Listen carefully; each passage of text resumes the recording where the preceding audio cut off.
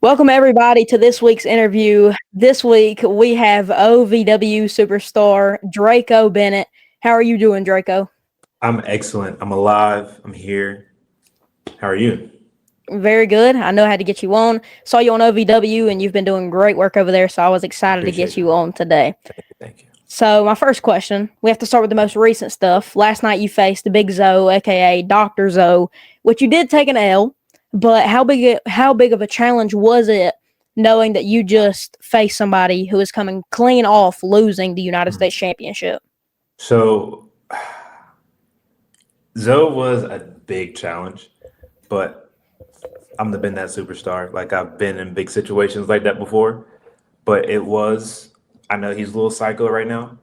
I know he's going through it, but it was an honor sharing the ring with somebody that's been an OVW for a while. Also, he was U.S. champion.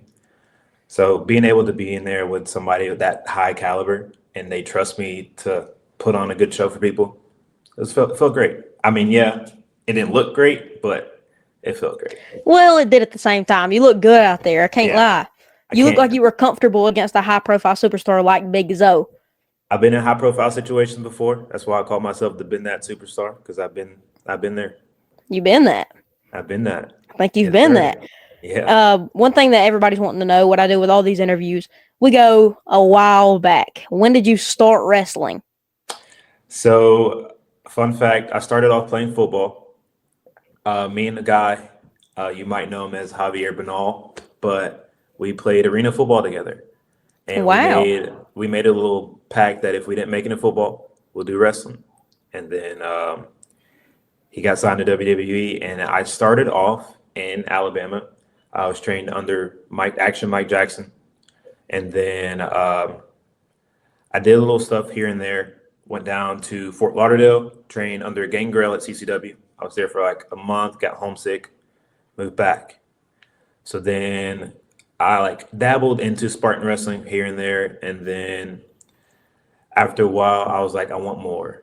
Like I feel like I could do this because I felt comfortable in that ring. I felt comfortable being a professional wrestler. I just wanted more. So everything lined up, everything work wise, school wise lined up, and I got accepted into OVW around 2024. So I moved to Louisville, Kentucky, January 1st, 2024. Graduated academy in December of that year, and then I've been active since. How has it been? Is it different going from, like you were saying, other promotions to now OVW? How much different is that? Knowing that you kind of have to Yeah. do a different schedule in OVW now. So it was the shows in Alabama were normally like once a month or every 2 weeks. And then when I got to OVW, it's like we train Monday, Tuesday, Wednesday, shows Thursdays, training Friday, training Saturday. So it was more structure, I would say. But I feel like it kind of gives you a glimpse of like the full-time professional wrestling life because you're busy with wrestling Monday through Saturday, and then that one day you get that off day. You can rest, relax, whatever. But you still have to do like get your workout in. You have to worry about what your nutrition is. You have to worry about like your appearance because wrestling is an aesthetic business. So you have to focus on that outside of getting the reps and getting the training. So that gives you a really good glimpse of what a full-time professional wrestler is like.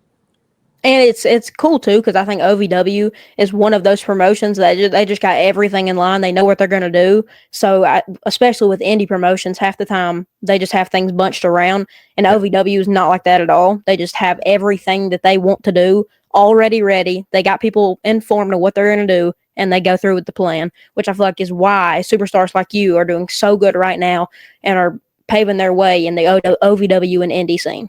Because Al and Doug are great, cash flow, Tony Gunn, and I was torn between going to Nightmare Factory or going to OVW, and I just felt like OVW was more of like, we'll train you and we're going to keep you here and help you build you up. Some training schools are just strictly training schools. There's like no promotions behind it. You just train and then you venture out. But OVW is like, we'll train you, we'll work you, and then whatever you do from outside of there, it's on you. Yeah, once again, like OVW, they not only do they have a great training program, but they build you up perfectly, give you the right Yep. promo skill, just give you everything to build up to your first show. And I think that, like you were saying with the Nightmare Factory, you're working with such great guys at the end of the day, but there's no promotion leading to it. So you kind of got to pave your way outside of the Nightmare Factory. But the Nightmare Factory does give you a good name. So OVW is one of the hottest promotions on the indie scene right now. And as much as they put people at the highest spots, it's just getting more and more eyes on them. So you facing bigger and bigger challenges each and every week is getting your name out there, which I really like because you're one of my favorites on OVW. Appreciate you, man. That means a lot. You said you joined OVW in 2024. So what has been some of the toughest challenges you have faced while preparing for your first match, your first show, going through training? How was the challenges that you had to face? Well, one of the biggest challenges was leaving my family, moving to somewhere I had no idea where I was going. Being away from my family was the hardest because, like, I'm from Alabama. I've always been in Alabama. And remember, I left CCW because I was homesick. So it's like I had an opportunity down there, and then the same opportunity comes with Louisville. It's like I can't leave this one. So that was probably the hardest about just leaving in general. Training wise, ring cardio it's a different breed. Getting in ring shape is hard. Like workout shape, fitness shape is cool, but ring shape is completely different. It'll blow you up faster than you think it will. And just like the mental thing about it. So like I'm always nervous before my music hits. I'm freaking out. I'm anxious. I'm like, why do I do this to myself? Why do I put myself in like situations where I feel uncomfortable? And once my music hits, it goes away. I hear the crowd, I hear my music. And I think the biggest challenge is really just staying confident, not being too hard on myself if I like mess up. That's really just the big ones, just staying confident and not being so hard on myself. Because I've always been hard on myself with sports growing up, with just work, schoolwork and all that stuff. So like if I mess up, it'll eat me up. But the people in the back are like, nobody knows you mess up until you tell them, until you see it on their face, until you like stop and freeze. So I'm still trying to learn that even though I mess up, fights are going to look sloppy. Fights aren't going to look perfect. So it's just like nobody really knows if you messed up or not. One thing that I've always wanted to know from a superstar in general, transitioning from football to wrestling, I haven't done somebody that has transitioned like this before. So how do you change that workout routine? Because from the outside, it seems like football and wrestling, the cardio, if not football, seems like it's going to be more like cardio for football than for wrestling. But is that really true? Or do you have to do more cardio for wrestling? I would say you have to do more cardio for wrestling solely because every movement, so like from the entrance, it depends on what you do for your entrance, that could blow you up. A simple tackle, drop down, leapfrog, hip toss, body slam, that's right there. That's like 2 minutes of the match. That's already a lot. Football, you get tackle, timeout, tackle, break, reset. So you have those little breaks. In wrestling, you do have those little breaks, but it's more of show your character, show who you are, and then you're back to the action. So there's a similarity, but there's also different. Football, you get longer breaks. Wrestling, you get those little tiny breaks. Take a deep breath, keep going. Football is like, okay, I have enough time to catch my breath. We'll get to the next down. Stop. Oh, flag. We have more timeouts. Wrestling is like, boom. And then with TV wrestling, you have to hit your times. So say I have a 5-minute match. I don't have time to pose for 30 seconds. I don't have time to slam them down, pose, because I'm like, okay, well, I have 5 minutes to get this in. So it's different. It's different, but it's the same.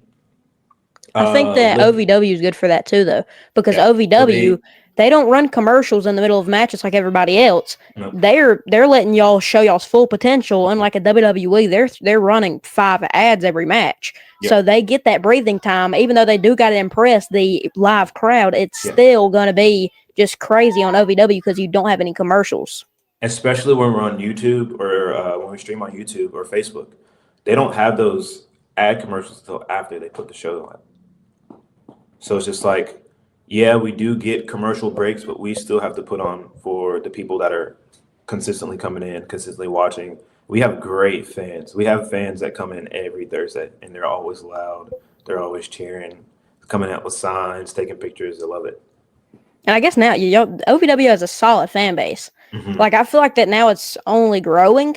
It's only getting been bigger. like I noticed whenever I first started watching, yes, there was a selected amount of people you would see every week, but now I'm seeing new faces every week in the crowd that I've never seen before. And it's cool to see, and it's cool that this is why I love watching indie promotions, because you can literally see a promotion go from bottom level to the top in the game Yeah.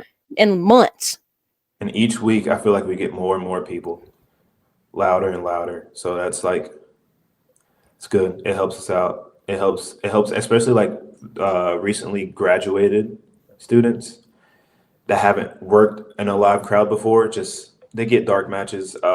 Just them being around the atmosphere and hearing it, it kind of boosts their confidence, which is what everybody needs. Because you've never, say you go out there, you did academy, you train and everything, you've never been in front of a live crowd before, but you're out there and you feel just that energy, and that helps you with your confidence.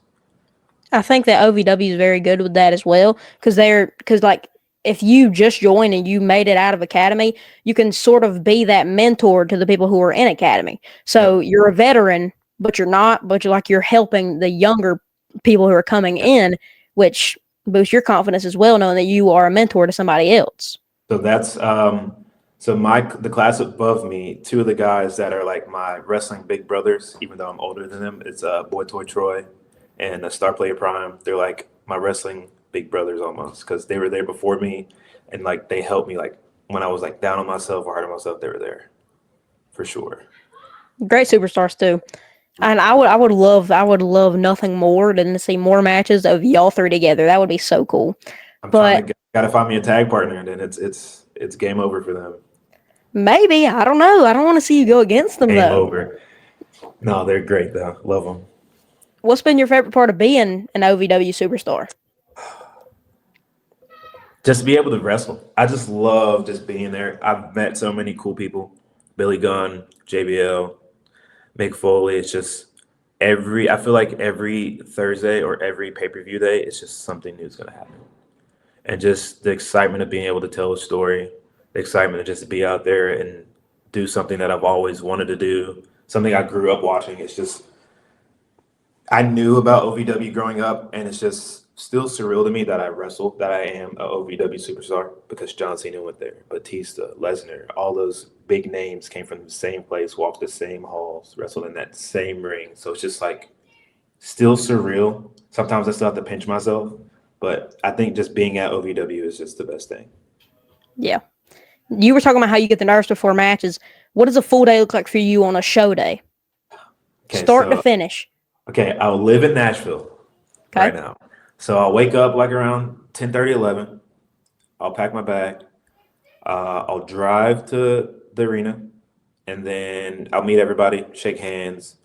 Um, Days I am booked, I will meet with the agent, see who I'm working, and then like around 3:45, we'll have like a meeting about everything that goes on. Around 5 o'clock, that's when we start. This crunch time starts. We start changing. We start going over everything, and then the doors open at 6:30. 6:30, we have several dark matches, and then overdrive. We start overdrive. Say I'm on an overdrive match. Boom. I'm in the back, and Kurt and Gorilla getting ready, nervous, shaking, anxiety. Once that music hits, it's just like game on, wrestle, go in the back. After that, just talk to the agent, see what I need to work on, see what I could have did better. Sometimes I'll watch it back, and then just hang out until the end of the show.